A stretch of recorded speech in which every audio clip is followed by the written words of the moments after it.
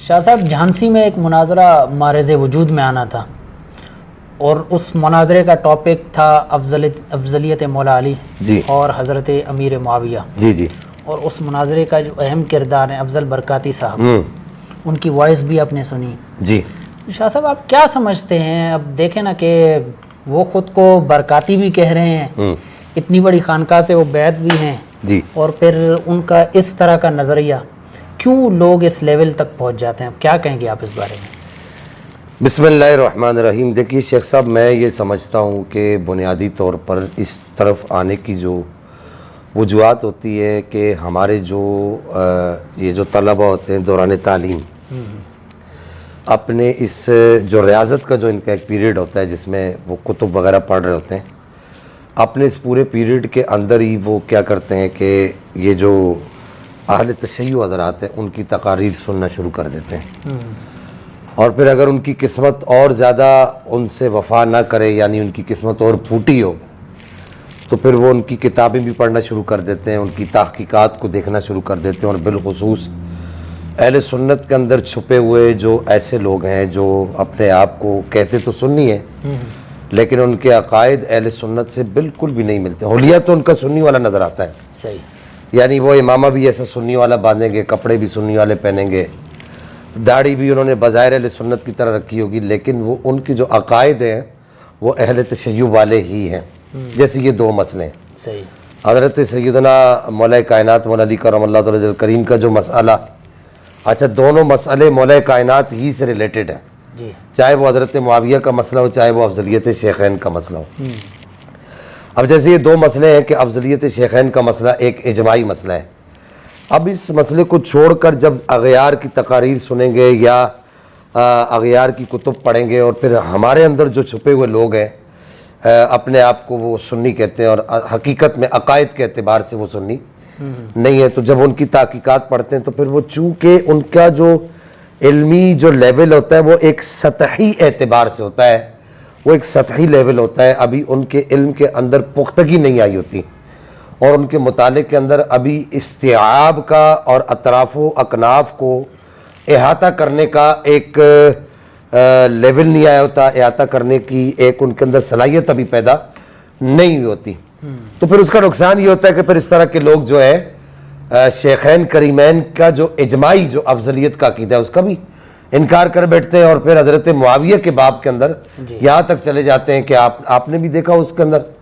مناظرے کے اندر کہ وہ الیاذ باللہ ثم الیاذ باللہ وہ ایک حدیث مبارکہ جو ہے وہ پڑھ رہے ہیں لوگوں کے سامنے کہیں تقریر میں، جس کا آپ اندیا دے رہے ہیں کہ انہوں نے ان کی ایک وائس بھی سنائی گئی دوران گفتگو جو وہاں پر ایک بیٹھک ہوئی مناظرے کے لیے کہ من سب علی فقط سبنی ومن سبنی فقط کفر۔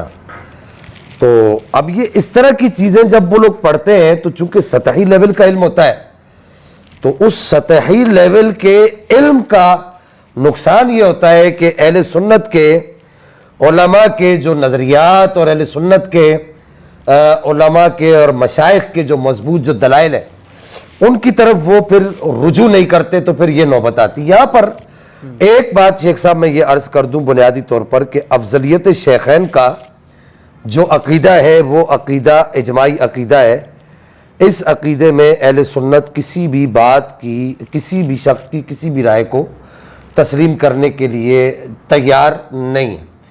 رہی بات حضرت معاویہ کی، تو وہ بار بار یہ کہہ رہے تھے کہ جی کف لسان کف لسان۔ اب کف لسان سے بہت سارے لوگوں نے یہ سمجھا کہ حضرت معاویہ رضی اللہ تعالیٰ وردہ عنہ کے بارے میں کچھ بولنا ہی نہیں، اگر ان کے بارے میں بری بات نہیں کرنی ہے تو اچھی بات بھی نہیں کرنی۔ صحیح، یہاں تک کہ وہ کینیڈا کے جو مجدد صاحب ہیں، وہ جو اپنے آپ کو مجدد کہتے ہیں، اور کینیڈا جا کے ان کی داڑھی جاتے جاتے اوپر جاتے جاتے بالکل یہاں تک چلی گئی، اور وہ اپنے آپ کو تجدید کا دعویٰ کرتے ہیں کہ جی ان کے جو ماننے والے کہتے ہیں کہ جی یہ مجدد ہے، وہ بھی کف لسان کا معنی یہ سمجھ بیٹھے کہ جی حضرت معاویہ کے باب میں کوئی بات کرنی نہیں۔ اب میں یہ پوچھنا چاہتا ہوں ان سے کہ خدا کے بندو، کف لسان کا معنی اہل سنت کی کتب کے اندر کیا لکھا ہوا ہے؟ صحیح، پہلے اس کا تعین تو کرو۔ جی، وہاں جو افضل برکاتی صاحب کے ہم چربہ ہم نوالا لوگ جتنے بھی تھے وہ اہل سنت کی کتب کے اندر کف لسان کے معنی کا تعین کر دیں تو مسئلہ وہیں پر حل ہو جاتا ہے. صحیح ہے. آپ دیکھیے نا, اس کو میں سمجھاتا ہوں, اس کو تھوڑا سا میں چاہوں گا کہ اس کو تھوڑا سا میں ایکسپلین کروں کہ حضرت امام احمد بن حنبل نے فضائل الصحابہ کے اندر مناقب امیر معاویہ کا باب باندھا ہے.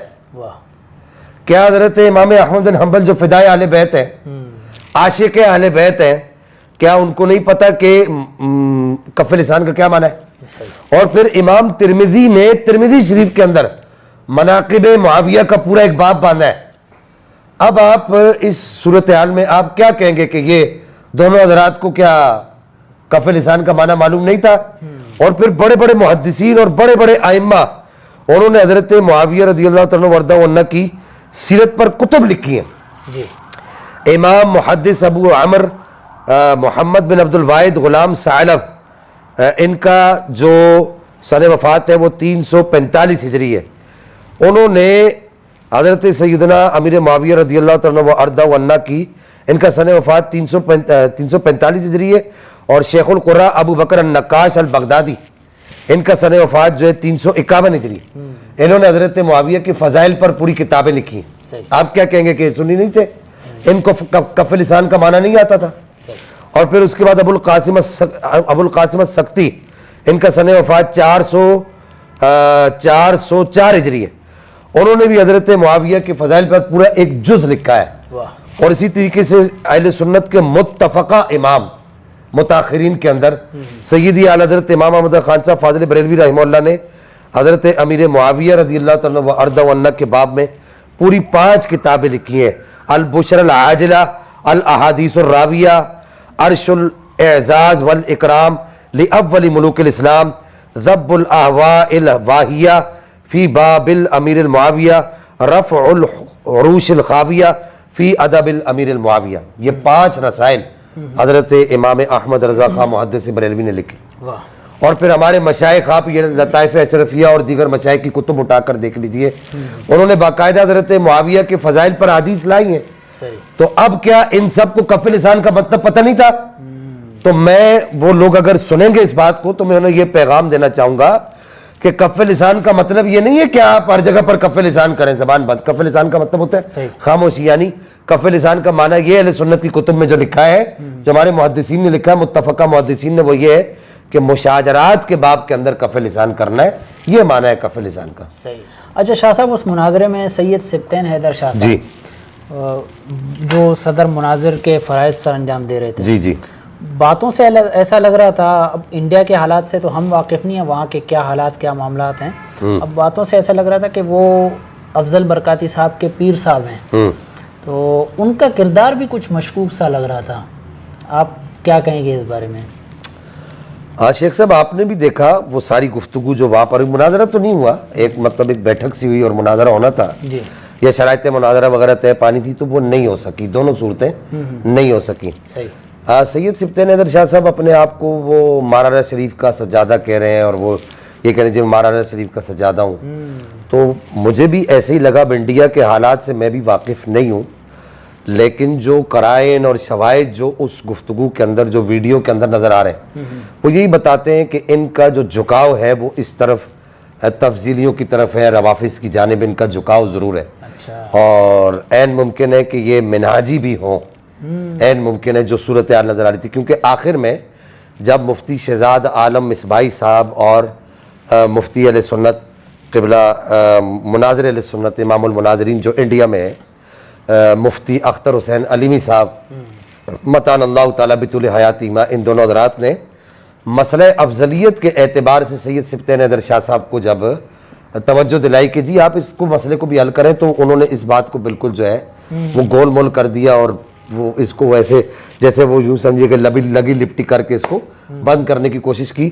تو اس سے یہ لگتا ہے کہ سید سبطین حیدر شاہ صاحب کا بھی جو ہے کچھ سلسلہ ایسا لگ رہا ہے کہ کوئی معاملہ ان کا ہے.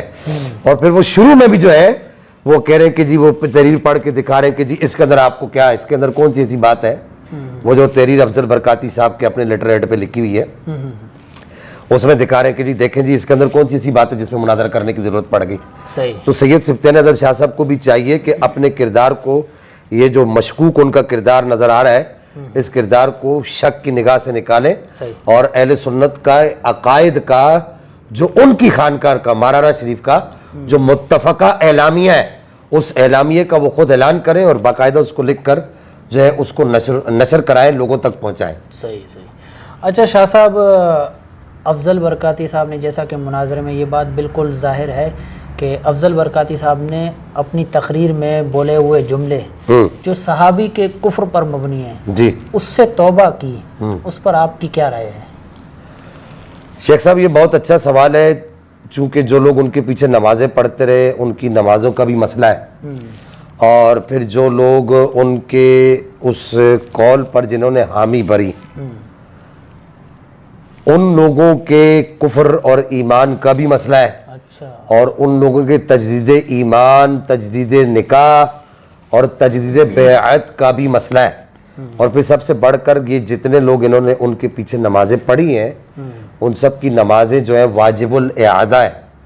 سیدی اعلیٰ حضرت اور دیگر فقہا نے لکھا ہے کہ جس سے لزوم کفر ہو جائے تو اس کی نماز باطل ہے، تو جب امام کی خود نماز باطل ہے تو جتنے لوگوں نے ان کے پیچھے پڑھی تو ان سب کی نماز بھی کیا ہوئی؟ باطل ہو گئی، ان سب کی نماز واجب الاعادہ ہے۔ صحیح۔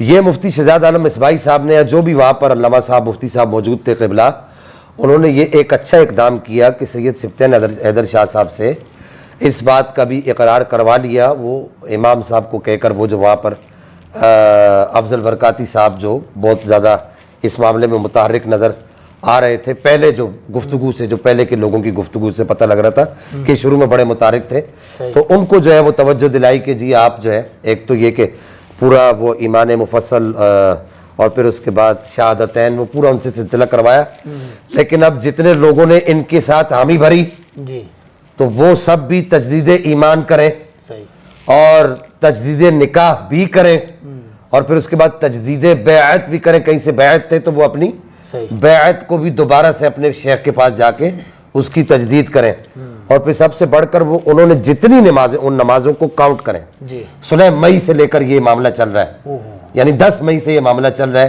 جو اس گفتگو کے اندر سے معلوم ہو رہا ہے۔ اب سارے حالات سے میں واقف نہیں ہوں، بعد میں کوئی اس پر اعتراض نہ کریں، جو ہم تک جو قرائن و شواہد سے جو باتیں ہمیں پتہ چل رہی ہیں، صحیح تو اتنے عرصے کے دوران جو ان لوگوں نے نمازیں پڑھی ہیں تو ان نمازوں کے اندر بھی جو ان کو جو وہ اعادہ کریں گے تو وہ فوت شدہ کا لفظ استعمال کر کے ان کا اعادہ کریں گے، یہ ضروری امر ہے۔ اچھا شاہ صاحب، ماضی قریب میں آپ کا بھی ایک پوڈ کاسٹ ہوا تھا، اس میں آپ کے فریق مخالف نے علم اور جہاد کو مدار افضلیت قرار دیا جی اور اس پر کچھ بے موقع آیات بھی پڑھی۔ اب میں شاہ صاحب آپ سے یہ پوچھنا چاہ رہا ہوں کہ کیا علم اور جہاد مدار افضلیت نہیں بن سکتے؟ ہاں شیخ صاحب آپ بھی موقع پر چوٹ مارتے ہیں، آپ نے دیکھا کہ چونکہ یہ موضوع یہ چل رہا ہے تو آپ نے کہا چلے موقع پر چوٹ مار دیں۔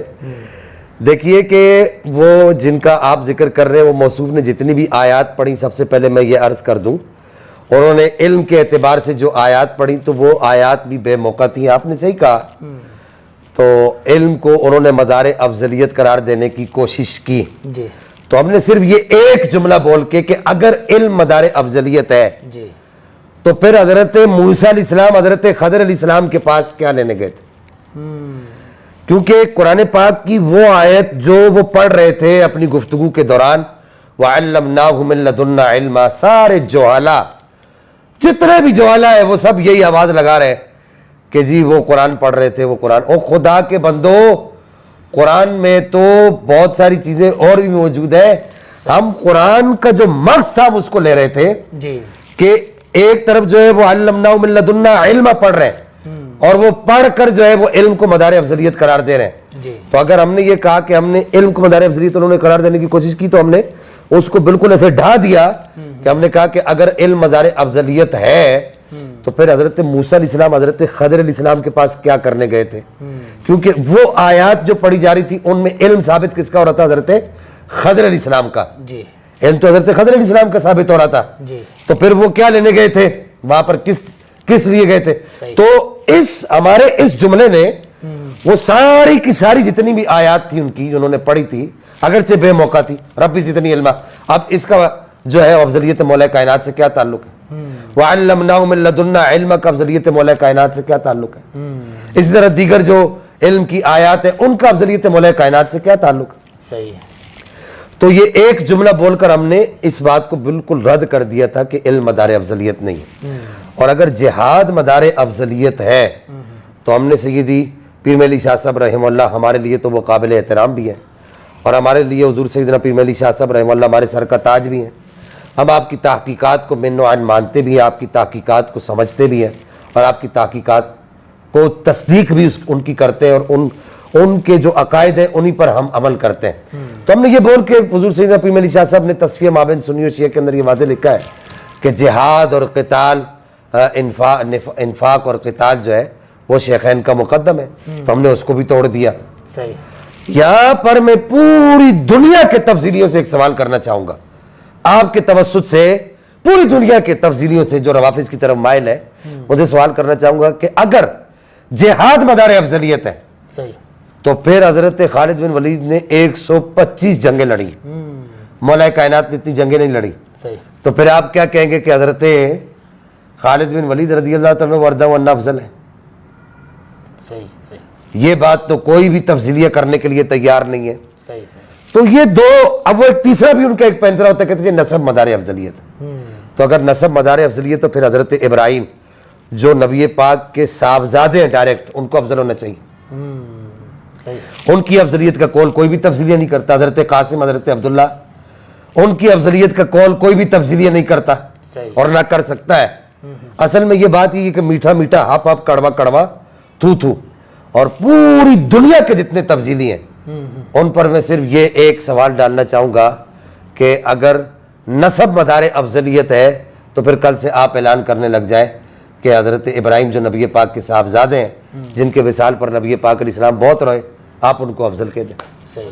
آپ کہیں کہ وہ افضل ہے، آپ یہ جرات کر ہی نہیں سکتے. تو یہ اہل سنت کی تشریحات سے جب نکلیں گے تو پھر یہ یوں سمجھیے کہ وہ بات وہی ہو جائے گی کہ کسی سے پوچھا کہ ہاتھی دیکھا ہے، تو اس نے کہا جی ہاتھ دیکھا ہے، تو اس نے بغلے کی چونچ کو چھو لیا. کسی نے جو ہاتھی کی دم کو چھو لیا تو کہا جی ہاتھی ایسا ہوتا ہے تو ہاتھی ہے. تو پھر یہ ہو جائے گا کہ اہل سنت کا سارا وہ سمجھو کہ ایک مکسچر سا بن جائے گا. افضلیت کی بنیاد وہی ہے جو افضلیت مطلقہ ہے، میں اس کی بات کر رہا ہوں.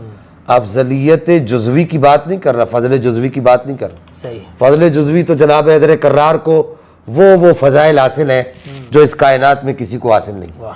وہ سب فضل جزوی ہیں. صحیح. جناب مولا کائنات مولا حیدر کرار کرم اللہ تعالی الکریم حسنین کریمین کے بابا جان ہیں، جنت کے سرداروں کے ابا. واہ. پھر سیدہ کائنات کے سیدۃ النساء العالمین کے شوہر ہیں، پھر نبی پاک علیہ السلام کے داماد ہیں، پھر حضرت جعفر طیار کے بھائی ہیں، صحیح. حضرت امیر حمزہ کے بھتیجے ہیں، اور اس کے علاوہ جناب حیدر کرار کرم اللہ تعالی الکریم کے اپنے جو آپ نے خصوصیات بیان کی ہیں، سیدی اعلیٰ حضرت نے مطلع القمرین میں 8 جو خصوصیات آپ کی لکھی ہیں، تو اس میں تو جناب حیدر کرار کے ساتھ کوئی بھی شامل نہیں ہے. چشم ماں روشن، دل ماں شاد، یہ سب فضل جزوی ہے. اس اعتبار سے مولا کائنات افضل ہے. آپ سے افضل ان اعتبارات میں کوئی بھی نہیں. صحیح. لیکن محل نزاع افضلیت مطلقہ ہے، وہ ان جوہلا کو سمجھ ہی نہیں آتی. وہ یہ سمجھتے ہیں کہ جی یہ آل بیت کرام رضوان اللہ تعالی علیہم اجمعین کے گستاخ ہیں. خدا کے بندو، آل بیت کے فضائل کو ماننے سے کون انکار کرتا ہے؟ صحیح ہے. سیدہ خاتون جنت بدعائے رسول ہے، نسب کے اعتبار سے آپ سے افضل کوئی بھی نہیں ہے. ہم اس بات کو تسلیم کرتے ہیں. چشم ماں روشن، دل ماں شاد، صحیح. الحمدللہ ثم الحمدللہ. وہ مسئلہ نہیں ہے، مسئلہ جو ہے وہ افضلیت مطلقہ کا ہے. تو وہ اس اعتبار سے ہماری گفتگو ہوتی ہے. بہرحال یہ جو مناظرہ جھانسی ہونے والا تھا اور ہوا نہیں، اس میں ایک یہ بڑا خوش آئند کام ہو گیا کہ آنے والے کافی سالوں تک جو ہے وہ تفضیلیوں کا، یعنی یہ رفظ مائنڈ جو لوگ ہیں، ان کا منہ بند رہے گا انشاءاللہ.